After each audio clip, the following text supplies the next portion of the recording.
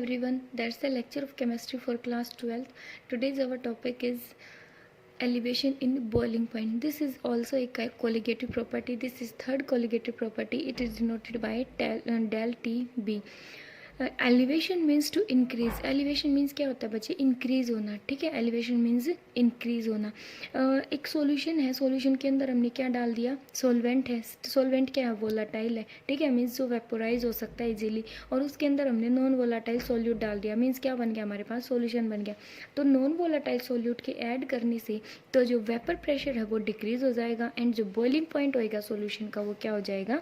Increase हो जाएगा. आज हम यही पढ़ेंगे कि बॉइलिंग पॉइंट है वो कैसे इंक्रीज होता है. ठीक है, अब हमने यहाँ पे क्या लिया? एक प्योर सॉल्वेंट लिया. ठीक है, pure solvent means like a. ठीक है, प्योर सॉल्वेंट जैसे कि वाटर है. तो जो वाटर है जैसे हम उसको हीट करते जा रहे हैं, जब हम इसको हीट देंगे तो यहाँ पे क्या लिक्विड, किस लिक्विड के मोलिक्यूल हैं? वाटर के मोलिक्यूल हैं. तो ये क्या होना स्टार्ट हो जाएंगे? वेपोराइज होना स्टार्ट हो जाएंगे. ठीक है, अब जब इनका जो वेपर प्रेशर है किसका? लिक्विड का इक्वल हो जाएगा एटमॉस्फेरिक प्रेशर के. तो जो वेपर प्रेशर है, तो जो वेपर्स हैं लिक्विड की वो इस लिक्विड की सरफेस को छोड़ के एटमॉस्फेयर में चली जाएंगी. समझ आए? इट मीन्स जो वाटर है वो क्या होना स्टार्ट हो जाएगा? बॉयल होना स्टार्ट हो जाएगा. समझ आया? एक एक कॉन्सेप्ट है, ये आपको समझ में आना बहुत ज़्यादा ज़रूरी है. आपको पता होगा कि जो वाटर है जब आप उसको हीट करते हो ना, हीट करते टाइम उसमें से वेपर्स निकलना स्टार्ट हो जाती हैं. ठीक है, अब जो वेपर्स निकल रही है वो ओनली वेपर्स, वो वाटर बॉयल नहीं हो रहा उस टाइम पे. समझ आए? स्टार्टिंग में क्या होता है? वेपर्स जैसे जैसे हम उसको हीट करते जाते हैं तो वेपर्स बननी स्टार्ट हो जाती है. लेकिन जो वेपर्स है वो तब तक लिक्विड की सरफेस को छोड़ के नहीं जाती जब तक उनका जो उन वेपर्स का जो वेपर प्रेशर है वो एटमॉस्फेरिक प्रेशर के इक्वल नहीं हो जाता. बिकॉज एटमॉस्फेयर भी तो उनके ऊपर प्रेशर एग्जर्ट कर रहा है. समझ आए? जब इनका वेपर प्रेशर जो है एटमॉस्फेयर प्रेशर के इक्वल हो जाता है तब वाटर, तो हम क्या बोलते हैं कि वाटर है उसने क्या स्टार्ट कर दिया? बॉयल करना स्टार्ट कर दिया. समझ आए? इट मीन्स जो बॉइलिंग पॉइंट होता है वो क्या होता है? Boiling point it is the temperature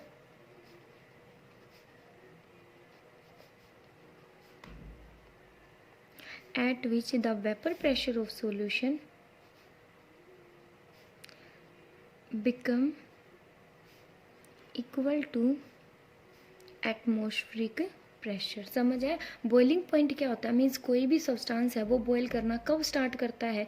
means वो टेम्परेचर, उस टेम्परेचर पे बॉयल करना स्टार्ट करता है कब? जब वेपर प्रेशर, सॉल्यूशन का जो वेपर प्रेशर है वो किसके इक्वल हो जाता है? एटमॉस्फेरिक प्रेशर की. समझ है? उस टेम्परेचर को हम क्या बोलेंगे? Boiling point. ओके, अब देखो, अब हमने जो प्योर सॉल्वेंट है, प्योर सॉल्वेंट, उसके अंदर हमने क्या डाल दिया? Non volatile solute. Non volatile कौन से सॉल्यूट होते हैं? विच डू नॉट वांट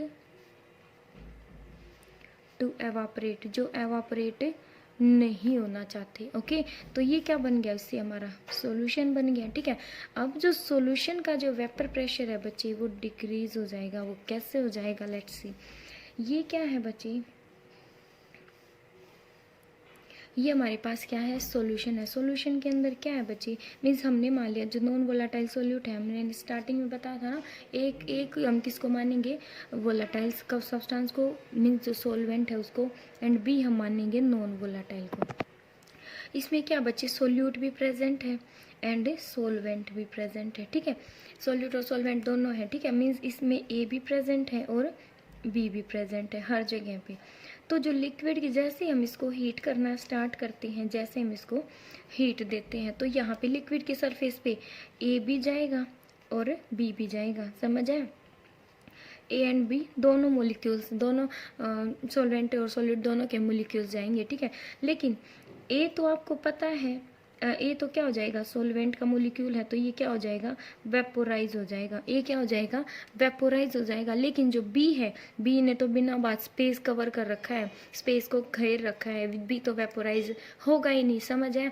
जिसकी वजह से मीन्स अब जो केवल ए है वही क्या हो जाएगा? वेपोराइज होएगा. समझ आया? लेकिन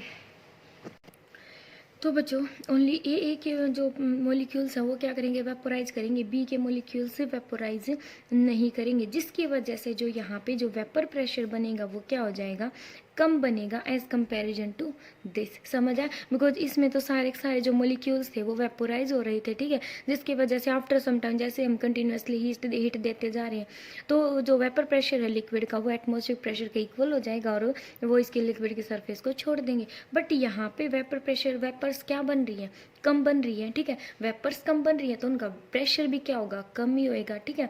तो इसलिए जो वाटर है अब इसलिए जो सॉल्यूशन है वो उस जितना टेम्परेचर यहाँ पे दिया था ना हमने उसी टेम्परेचर पे ये बॉयल नहीं होएगा, ठीक है। इसलिए सॉल्यूशन का वेपर प्रेशर एटमॉस्फेरिक प्रेशर के इक्वल करने के लिए हमें क्या करना पड़ेगा, हीट को और ज़्यादा इंक्रीज करना पड़ेगा। इट मीन्स टेम्परेचर हमें बढ़ाना पड़ेगा। समझ आया? हमें और ज़्यादा यहाँ पे जितना टेम्परेचर दिया था ना तो उससे ज़्यादा टेम्परेचर देना पड़ेगा, बिकॉज जितना टेम्परेचर हम ज़्यादा देंगे उससे क्या होगा, जो ये पार्टिकल्स हैं उनमें एनर्जी आएगी, ठीक है, वो एनर्जी को एब्जॉर्ब करेंगे। समझ आया? ये हीट की फॉर्म में उनको एनर्जी तो प्रोवाइड कर रहे हैं, ठीक है, तो वो क्या करेंगे, इस बी को डिस्प्लेस करके ऊपर आ जाएंगे, जिसकी वजह से जो ए है वो क्या हो जाएंगे, वेपोराइज हो जाएंगे। समझ आया? अब जो वेपर प्रेशर है मीन्स एक टाइम पे जो वेपर्स इतनी बन जाएंगी कि उनका जो प्रेशर है वो एटमॉस्फेरिक प्रेशर के जो वेपर प्रेशर है लिक्विड सोल्यूशन का वो इक्वल हो जाएगा एटमॉस्फेरिक प्रेशर के, ठीक है, जिसके और जो वाटर है हमारा दोस्त मीन्स सोल्यूशन में जो भी मीन्स मॉलिक्यूल्स प्रेजेंट हैं उनकी वजह से जो वो क्या आ जाएगा, बॉइलिंग होना स्टार्ट हो जाएगा। समझ आया? मीन्स सॉल्यूशन है वो बॉईल करना स्टार्ट कर देगा। ओके, समझ आया? मीन्स यहाँ पे प्योर सॉल्वेंट है उसका टेम्परेचर क्या था, उस पर टेम्परेचर क्या था, कम था, लेकिन यहाँ पे अगर हमने प्योर सॉल्वेंट के अंदर अगर नॉन वोलेटाइल सोल्यूट ऐड कर दिया तो उसकी वजह से क्या होएगा, उसकी वजह से जो ये मीन्स जो ये बी है, बी ने स्पेस कवर कर रखा है तो ये वेपोराइज होंगे नहीं, जिसकी वजह से वेपर प्रेशर कम बनेगा, वेपर्स कम बनेगी, वेपर प्रेशर उनका प्रेशर कम बनेगा, जिसकी वजह से वो इक्वल हो ही नहीं पाएगा इतनी जल्दी एटमॉस्फेरिक प्रेशर के। इसलिए हमें नीचे से टेम्परेचर को और ज़्यादा इंक्रीज करना पड़ेगा। टेम्परेचर को इंक्रीज करेंगे तो वेपर्स हैं, मोर एंड मोलिक्यूल है सोलवेंट के, वो वेपोराइज होंगे और एक टाइम ऐसा आएगा कि इनका जो वेपर प्रेशर है वो किसके इक्वल हो जाएगा, एटमॉस्फेरिक प्रेशर के इक्वल हो जाएगा, ठीक है। इट मीन्स जो वाटर जो सॉल्यूशन है हमारा वो बॉयल करना स्टार्ट हो जाएगा। ओके, अगर हम इसके ग्राफ बनाते हैं, अगर हम ग्राफ बनाते हैं तो जो प्योर सॉल्वेंट है उसका ग्राफ तो आता है ये किसका ग्राफ है, प्योर सॉल्वेंट का, ठीक है। मीन्स ये हमने एक पॉइंट मान लिया, ये है इस साइड है वेपर प्रेशर और इस साइड है टेम्परेचर। टेम्परेचर क्या होता जा रहा है बच्चे, जैसे हम लेफ़्ट टू राइट जाते हैं तो टेम्परेचर इंक्रीज हो रहा है, ठीक है। तो ये प्योर सॉल्वेंट ये यहाँ पे हमने मान लिया 1 एटमॉस्फेरिक मीन्स यहाँ पे क्या है 1 एटमॉस्फेरिक प्रेशर है कि इस पॉइंट पे आके जो वेपर प्रेशर है किसका, सॉल्वेंट का, वो इक्वल हो जाता है एटमॉस्फेरिक प्रेशर के। समझ आया? ये इसी को हमने ग्राफ में शो किया है कि ये पॉइंट वो पॉइंट है मीन्स ये वो टेम्परेचर है। समझ आया? ये वो टेम्परेचर को मान लिया हमने क्या मान लिया, टी नोट बी, ठीक है। इट मीन्स ये वो टेम्परेचर है जहाँ पे जो वेपर प्रेशर है सोलवेंट का, प्योर सोलवेंट का, वो इक्वल हो जाता है 1 एटमॉस्फेरिक प्रेशर के। इट मीन्स जो वाटर है या प्योर लिक्विड है वो बॉयल करना स्टार्ट कर देता है, ठीक है। लेकिन अगर हम सॉल्यूशन का ग्राफ बनाए तो सॉल्यूशन का ग्राफ में सॉल्यूशन में जो टेम्परेचर हमने बढ़ा नहीं दिया था तो इसलिए इसका टेम्परेचर बढ़ेगा। तो टेम्परेचर किस साइड बढ़ रहा है, लेफ़्ट टू राइट बढ़ रहा है। तो इसका जो ग्राफ आएगा वो प्योर सॉल्वेंट से मीन्स बाद में लाई करेगा, ठीक है, इससे पीछे लाई करेगा। कैसे? मीन्स यहाँ पे हमने मान लिया वो टेम्परेचर है जिस पे मीन्स वो टेम्परेचर हमने यहाँ पे क्या किया, इससे मैंने बताया था ना यहाँ से ज़्यादा टेम्परेचर देना पड़ेगा बिकॉज यहाँ पे पहले वेपर्स कम बन रही थी, ठीक है। समझ आया? तो इसलिए वेपर प्रेशर, सॉल्यूशन का वेपर प्रेशर एटमॉस्फेरिक प्रेशर के इक्वल करने के लिए हमने टेम्परेचर को बढ़ा दिया। तो ये टेम्परेचर ज़्यादा नहीं है, यहाँ पे टेम्परेचर इतना दे रखा है, प्योर सॉल्वेंट को यहाँ पे जितना दे रखा है ज़्यादा हो गया। तो इसका टेम्परेचर हमने मान लिया टी बी। क्या मान लिया, टी बी। टी बी किसका टेम्परेचर है, प्योर सॉल्यूशन का, जिसमें क्या है नॉन वोलेटाइल सोल्यूट। ये किसका है, सॉल्यूशन का, हैवी नॉन वोलेटाइल सोल्यूट, ठीक है। मीन्स ये वो टेम्परेचर है जिसके ऊपर प्योर जो सॉल्यूशन का वेपर प्रेशर है वो इक्वल हो जाता है एटमॉस्फेरिक प्रेशर के। ओके, अब देखो बच्चे, ये इसके बीच का जो डिफरेंस है उसको हम बोलते हैं डेल टी बी। क्या बोलते हैं इसको? डेल टी बी, ठीक है। और जो टी बी है बच्चे, वो डेल नोट टी बी है वो हमेशा ग्रेटर, डेल टी बी है वो हमेशा ग्रेटर होएगा डेल नोट बी से। कैसे? जो वेपर प्रेशर है ये डेल टी नोट बी क्या है? Temperature of boiling point of pure solvent, समझ है। और जो टी बी है वो क्या है? Temperature of boiling point of A solution, समझ है। तो जो टेम्परेचर, किसका टेम्परेचर ज़्यादा होगा बताना मुझे, किसका टेम्परेचर ज़्यादा होगा? सॉल्यूशन का टेम्परेचर हमेशा ज़्यादा होएगा, बिकॉज हमें means vapour pressure atmosphere pressure के इक्वल करने के लिए हमने टेम्परेचर को इंक्रीज़ किया था सोलवेंट के कंपैरिजन में। और इसका जो ये क्या है, सोलवेंट का टेम्परेचर क्या होगा? कम होगा सोल्यूशन से। अब देखो बच्चे, एक्सपेरिमेंटली जो डेल टी बी है, डेल टी बी क्या है? Elevation in boiling point. It means जो सॉल्यूशन का जो बॉइलिंग पॉइंट है वो कितना इंक्रीज हुआ एज कंपैरिजन टू सोल्यूट। इनके बीच का जो डिफरेंस होगा उसको हम क्या बोलते हैं? Elevation in boiling point. यही तो है, यही क्या है? यही तो है elevation boiling point. Boiling point का इंक्रीज हो जाना जब हम सॉल्यूशन के अंदर नॉन वोलाटाइल सोल्यूट ऐड करते हैं। तो बच्चे ये किस पे डिपेंड करता है? ये डिपेंड करता है मोलैलिटी पे। कैसे डिपेंड करता है? मोलैलिटी पे। मोलैलिटी क्या होती है? मोलैलिटी इज इक्वल टू, या फिर हम बोल सकते हैं del T B directly proportional to number of, molality क्या होती है? Number of moles of non volatile solute divide by mass of solvent in kilogram, mass of solvent in kilogram, समझा। तो जो डेल टी बी है, तो जो ये डिफरेंस आया है ना, जो ये बॉइलिंग पॉइंट इंक्रीज हुआ है वो किसकी वजह से हुआ है? वो किसकी वजह से हुआ है? नॉन वोलाटाइल सोल्यूट के ऐड करने से। इट मीन्स जो ये डेल टी बी है वो किसके डायरेक्टली प्रोपोर्शनल है? Number of moles of non volatile solute. अगर जो सोल्यूट है, सोल्यूट के मोल्स ज़्यादा होंगे तो हमें और ज़्यादा टेम्परेचर इंक्रीज करना पड़ेगा, ठीक है, ताकि जो वेपर प्रेशर है सोल्यूशन का वो एटमॉस्फेरिक प्रेशर के इक्वल हो जाए और सोल्यूशन बॉयल करना स्टार्ट कर दे। लेकिन अगर नॉन वोलाटाइल सोल्यूट, जो सोल्यूट है, सोल्यूट की जो अमाउंट है मीन्स उसके मोल है वो कम है, तो हमें मीन्स टेम्परेचर है थोड़ा बहुत इंक्रीज करना पड़ेगा, समझा, ठीक है। तो इसलिए ये जो डेल टी बी है वो एलिवेशन बॉइलिंग पॉइंट वो किस पे डिपेंड करता है? नंबर ऑफ मोल्स पे डिपेंड करता है। किसके नंबर ऑफ मोल्स पे? सोल्यूट के नंबर ऑफ मोल्स पे डिपेंड करता है। तो ये क्या है? It is also a colligative property. तो हमने प्रूव कर दिया ना कि ये क्या है? कि कोलिगेटिव प्रॉपर्टी है, बिकॉज कोलिगेटिव प्रॉपर्टी क्या, किस पे डिपेंड करती है? Number of moles of solute पे डिपेंड करती है, ना कि उसके नेचर पे। नेचर कैसे भी हो, हमें मतलब है ओनली सोल्यूट के मॉलिक्यूल से या उसके मोल से, ठीक है। उसके मोल ज़्यादा हैं तो हमें टेम्परेचर ज़्यादा इंक्रीज करना पड़ेगा, कम है तो हमें टेम्परेचर कम इंक्रीज करना पड़ेगा।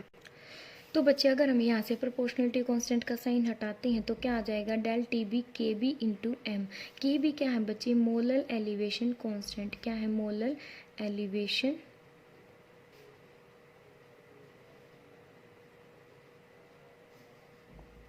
या फिर हम इसको इब्यूलियोस्कोपिक कांस्टेंट भी बोलते हैं, इब्यूलियोस्कोपिक कांस्टेंट भी बोलते हैं। अब जो के बी है बच्चों, जो मोलर एलिवेशन कांस्टेंट है वो डिपेंड करता है सोलवेंट पे। अब एक नंबर में कभी क्वेश्चन आ जाता है, कहीं आप लिखो कि ये डिपेंड करता है सोल्यूट पे, ये सोल्यूट पे डिपेंड नहीं करता, ये सोलवेंट पे डिपेंड करता है, ठीक है। ये हमेशा आपको गिवन मिलता है, ठीक है।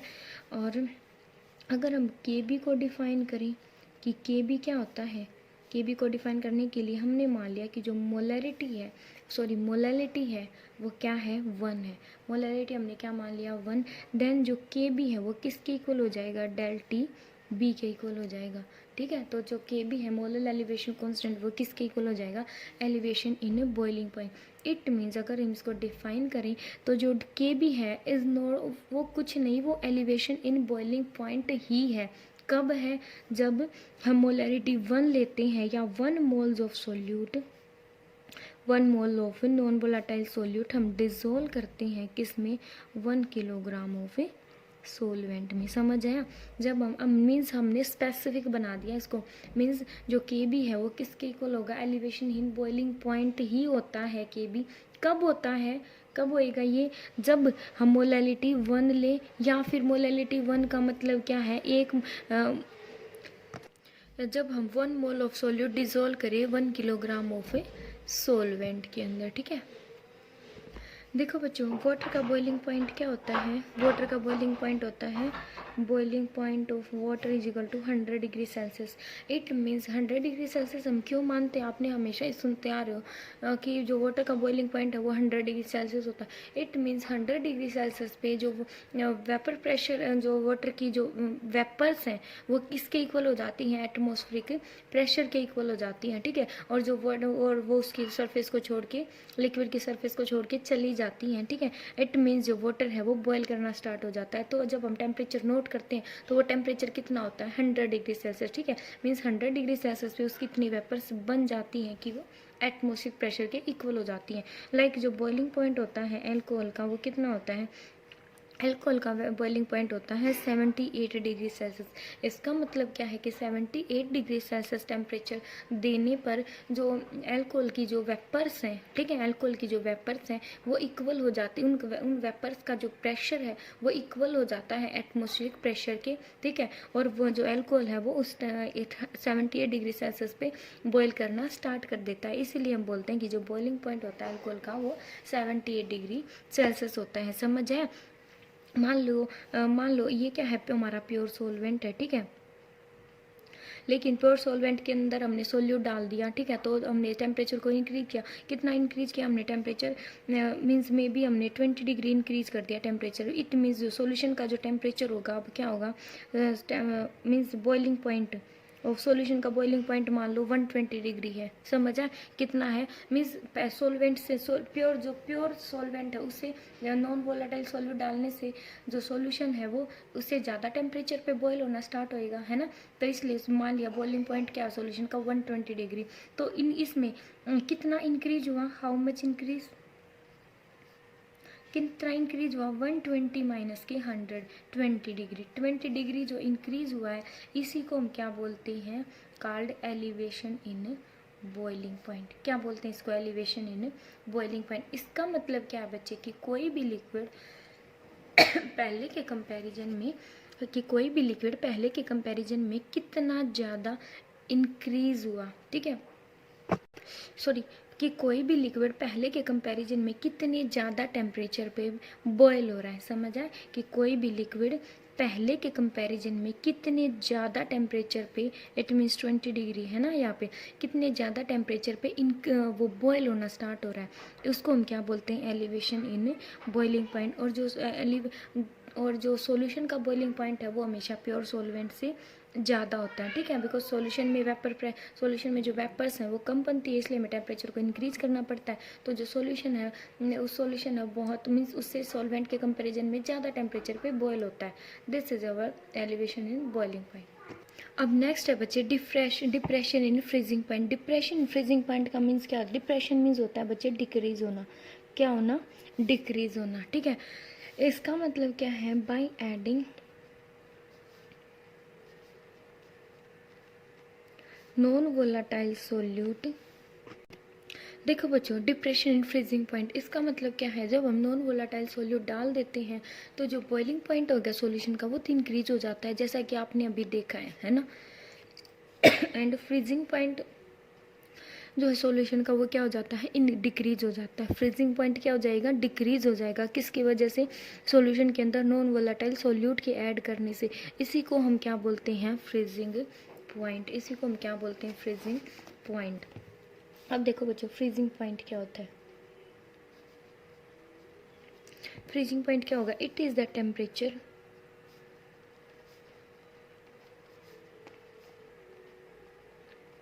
at which the vapor pressure of liquid state become equal to vapor pressure of a solid state।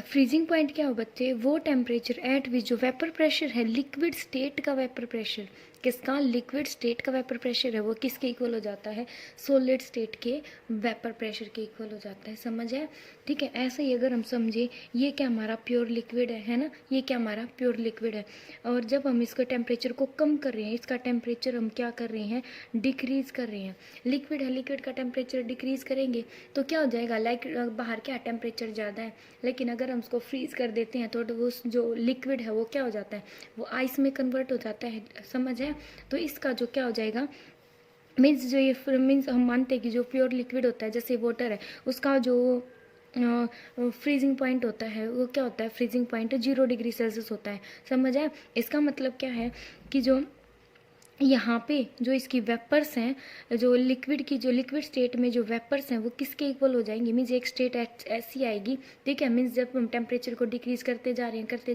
तो एक स्टेज ऐसी आएगी जहाँ पे जो वेपर प्रेशर है लिक्विड का वो इक्वल हो जाएगा सॉलिड स्टेट के, ठीक है। जब वेपर प्रेशर इक्वल हो जाए लिक्विड और सॉलिड का, लिक्विड स्टेट और सॉलिड स्टेट का, ठीक है, तो क्या वहाँ पे जो क्या हो जाएगा, वहाँ पे जो वाटर है वो फ्रीज हो जाएगा। समझ आए, वाटर क्या हो जाएगा, फ्रीज हो जाएगा, और वो टेम्परेचर जब हमने नोट किया वो कितना है, 0 degree Celsius, because pure water होता है, ठीक है। प्योर वाटर का जो फ्रीजिंग पॉइंट होता है वो क्या होता है, 0 डिग्री। फ्रीजिंग पॉइंट मीन्स जहाँ पे लिक्विड स्टेट का वेपर प्रेशर किसके इक्वल हो जाए, सॉलिड स्टेट के, ठीक है। मीन्स जब हम मीन्स ये क्या है, लिक्विड स्टेट में टेम्परेचर कम करते जा रहे हैं तो एक टाइम ऐसा आएगा तो जो इसकी जो वेपर्स है ना, ठीक है, लिक्विड स्टेट है उसकी वेपर्स तो अभी भी होंगी। समझ है, लेकिन आपको मीन्स फ्रीज़र में ये सारी चीज़ें हैं जो ज़्यादा कम टेम्परेचर पे करते हैं, इसलिए आपको ये दिखाई नहीं देती, दिखाई तो देंगी नहीं ऑब्वियसली। समझ आए, तो एक टाइम ऐसा आएगा तो जो लिक्विड है इसकी वेपर्स जो होंगी ना, इनकी वेपर्स का जो प्रेशर होगा वो सॉलिड स्टेट के वेपर प्रेशर के इक्वल हो जाएगा,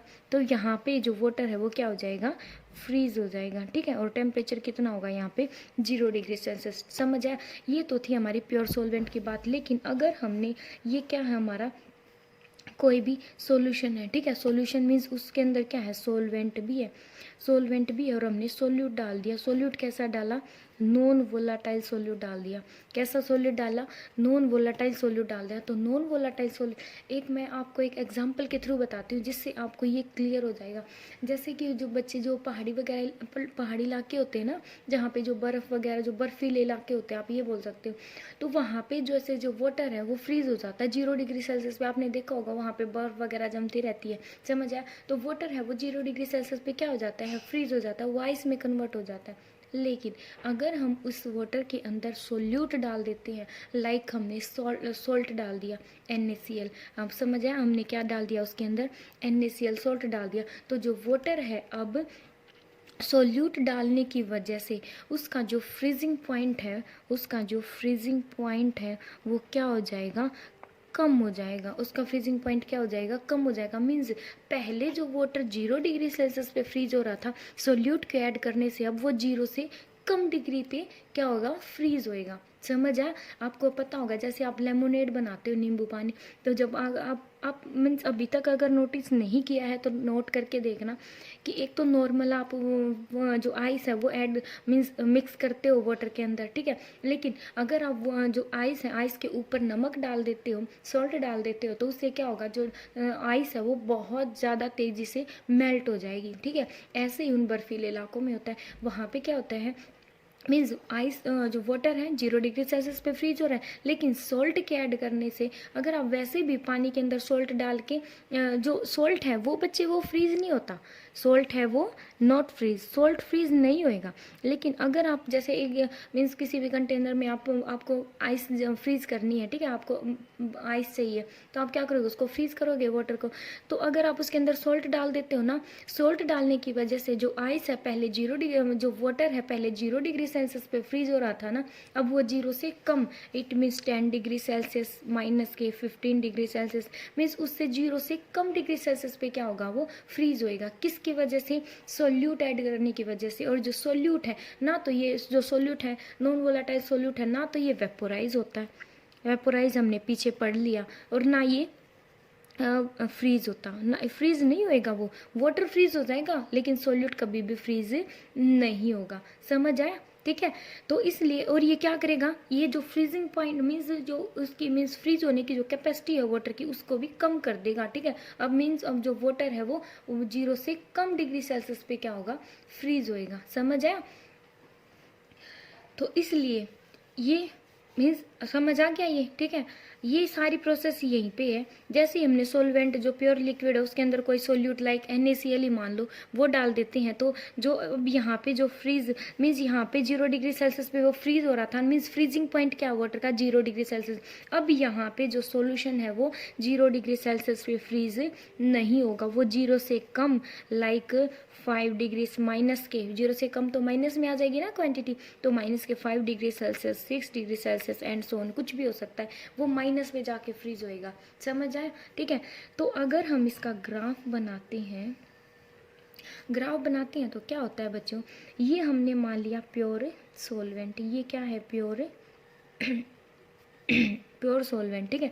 अब जो प्योर सोलवेंट, ये बच्चे क्या होता जा रहा है, टेम्परेचर हमारा इंक्रीज होता जा रहा है, ये क्या है, वेपर प्रेशर है, ओके। ये that is vapour pressure, that is temperature which is increase from as we go from left to right, okay.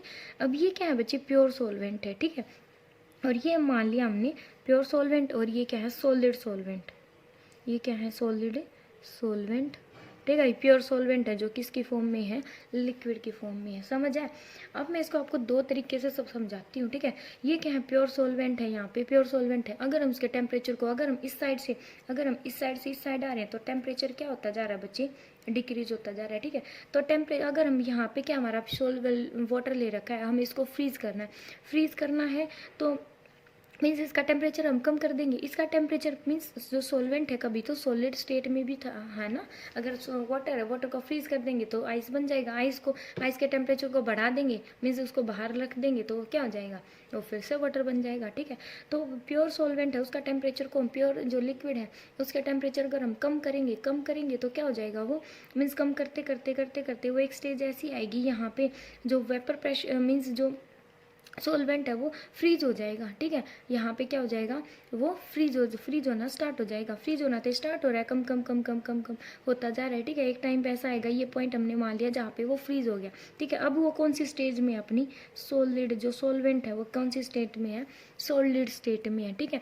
Means ये वो पॉइंट है, अगर हम यहाँ से देखें तो हमने सॉलिड सोलवेंट है, ये क्या है, सॉलिड है ये, ठीक है। आइस को हमने बाहर रख दिया तो क्या हो जाएगा, थोड़ी थोड़ी वो मेल्ट होएगी। स्टार्टिंग में तो आइस थोड़ी सी मेल्ट हो जाएगी, फिर मेल्ट हो जाएगी, एकदम से मेल्ट तो होती हुई नहीं दिखती ना, वो धीरे धीरे करके मेल्ट होती है। तो अगर हम उसके टेम्परेचर को यहाँ से यहाँ तक से डाल रहे हैं तो यहाँ पे टेम्परेचर इतना है, यहाँ पे और है ये मीन्स ज़्यादा ही तो ज़्यादा होता जा रहा है टेम्परेचर, समझ आए। तो जैसे जैसे उसका सॉलिड है उसका टेम्परेचर बढ़ा रहे हैं हम, तो एक पॉइंट ऐसा आएगा यहाँ पे जो सॉलिड है मीन्स आइस भी प्रेजेंट है प्लस लिक्विड भी प्रेजेंट है। एक कंटेनर है, कंटेनर के अंदर आइस भी है और थोड़ा थोड़ा लिक्विड प्रेजेंट है, समझ आया। इट मीन्स यहाँ पे एक पॉइंट मीन्स एक टेम्परेचर ऐसा आएगा जहाँ पे जो वेपर प्रेशर है इस सॉलिड का, ठीक है, वेपर प्रेशर है आइस का, वो इक्वल हो जाएगा लिक्विड के वेपर प्रेशर से, जिसकी वजह से जो जो ये सॉलिड है जो आइस है वो लिक्विड में कन्वर्ट होना स्टार्ट हो जाएगी, समझ आया। या फिर अगर हम इसको ऐसे देखें तो ये पॉइंट ऐसा आएगा जहाँ पे जो लिक्विड है वो क्या हो जाएगा, मीन्स थोड़ा थोड़ा लिक्विड है, थोड़ी थोड़ी आइस में कन्वर्ट हो रखा है वो, ठीक है। तो एक टेम्परेचर ऐसा आएगा जहाँ पे जो लिक्विड है वो फ्रीज होना, जैसे आप एकदम से बीच में अगर आप फ्रीजर से अगर वो कंटेनर निकालते हो तो क्या होता है, नीचे तो मीन्स थोड़ी नीचे जो है उस कंटेनर के बिल्कुल नीचे आइस जमी हुई मिलती है ना, और उसके ऊपर है वाटर होता है, या फिर उसकी जो अपर सरफेस है उस पर आइस होती है, ऐसा ही होता है ना। तो मीन्स उसने अभी तक वो टेम्परेचर अटेन नहीं किया है कि वो फ्रीज हो जाए, ठीक है। तो मीन्स एक टेम्परेचर ऐसा आएगा जब बिल्कुल जो दोनों का वेपर प्रेशर है सॉलिड और लिक्विड स्टेट का वो इक्वल हो जाएगा। इट मीन्स वहाँ पे जो वो क्या आ गया, फ्रीजिंग पॉइंट आ गया वाटर का, समझ आए। लेकिन अगर हम किसका ग्राफ, अगर हम सॉल्यूशन का ग्राफ लें तो ये किससे कहाँ पे लाई करेगा, उससे बिलो लाई करेगा। बिलो कैसे लाई करेगा, ठीक है। अब देखो कैसे लाई करेगा बिलो, बिकॉज ये ग्राफ बिलो कैसे लाई करेगा बच्चे, बिकॉज हमने उसके सॉल्यूशन है, सॉल्यूशन के अंदर क्या डाल दिया, नॉन वोलाटाइल सोल्यूट डाल दिया। नॉन वोलेटाइल सोल्यूट डालने से अब जो वाटर है वो 0 डिग्री सेल्सियस पे, अब जो सॉल्यूशन के अंदर जो सोलवेंट है वो 0 डिग्री सेल्सियस पे फ्रीज ना होके वो 0 से कम डिग्री सेल्सियस पे क्या होगा, फ्रीज होएगा। मीन्स यहाँ पे क्या हमने मान लिया, अब देखो यहाँ पे क्या था, ये वो पॉइंट था जहाँ पे जो वाटर है या प्योर सॉल्वेंट है वो क्या हो रहा है, फ्रीज। हमने मान लिया इसको टी नोट एफ, ठीक है, हमने इसको मान लिया टी नोट एफ। और जो सॉल्यूशन है, सॉल्यूशन कब, सॉल्यूशन सॉलिड स्टेट सॉल्यूशन है वो कब सॉलिड होएगा, कब फ्रीज होएगा, ठीक है, इससे कम टेम्परेचर पे, इससे कम टेम्परेचर तो इसी साइड तो कम हो रहा है, इस साइड जा रहा है तो बढ़ रहा है ना, ठीक है। तो ये वो पॉइंट मान लिया हमने जहाँ पे जो सॉल्यूशन है वो फ्रीज हो गया, ठीक है। तो ये टेम्परेचर कितना है, टी एफ, इनके बीच का जो डिफरेंस है उसको हम बोलते हैं टी एफ, ठीक है, डेल्टा टी एफ, ओके। ये क्या है, टेम्परेचर ऑफ प्योर सॉल्वेंट, किसका टेम्परेचर, ये प्योर सॉल्वेंट या फ्रीजिंग पॉइंट बोल सकते हो आप, फ्रीजिंग पॉइंट ऑफ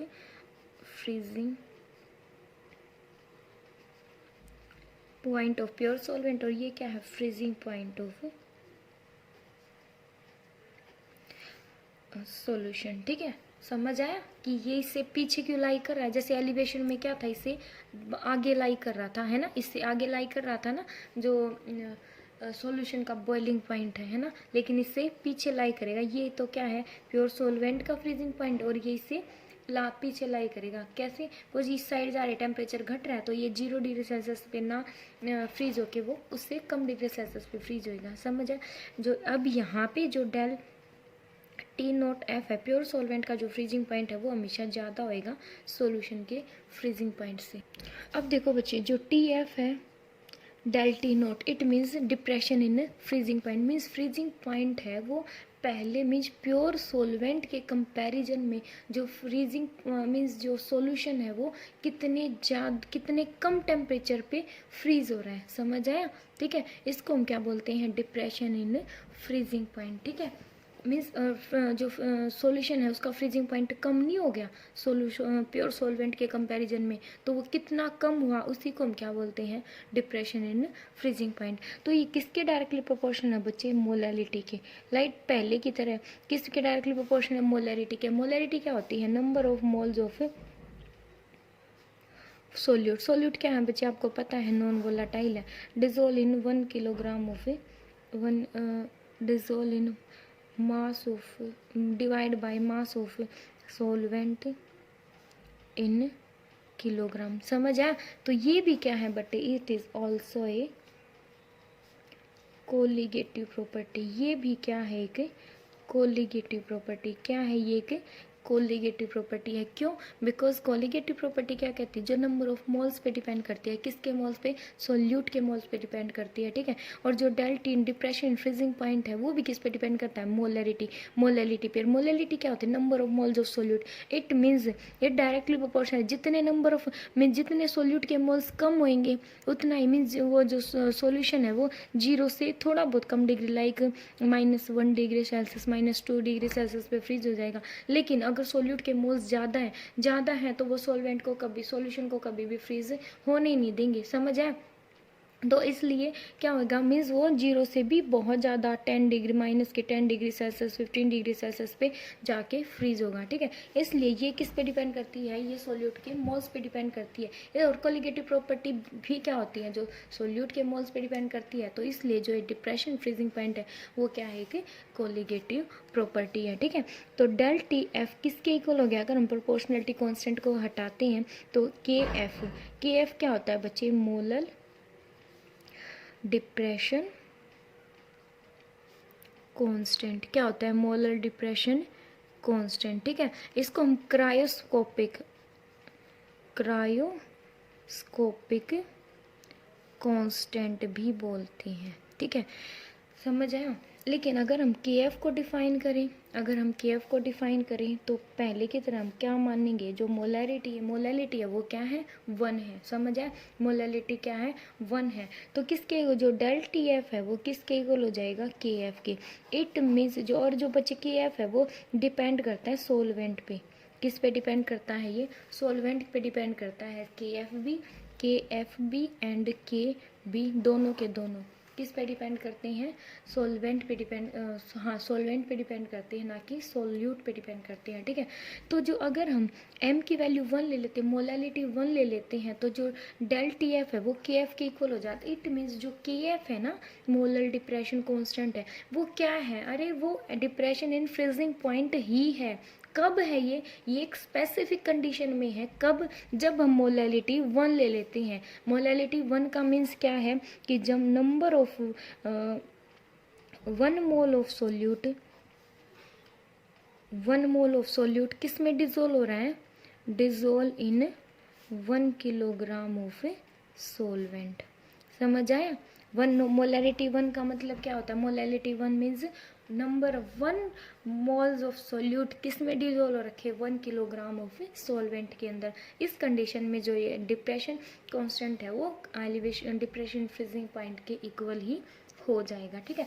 ये था बच्चे हमारा डिप्रेशन एंड फ्रीजिंग पॉइंट। आज हमारी चारों प्रॉपर्टी जो कोलिगेटिव प्रॉपर्टी है वो कंप्लीट होगी। नेक्स्ट हम पढ़ेंगे बेंट ऑफ फैक्टर।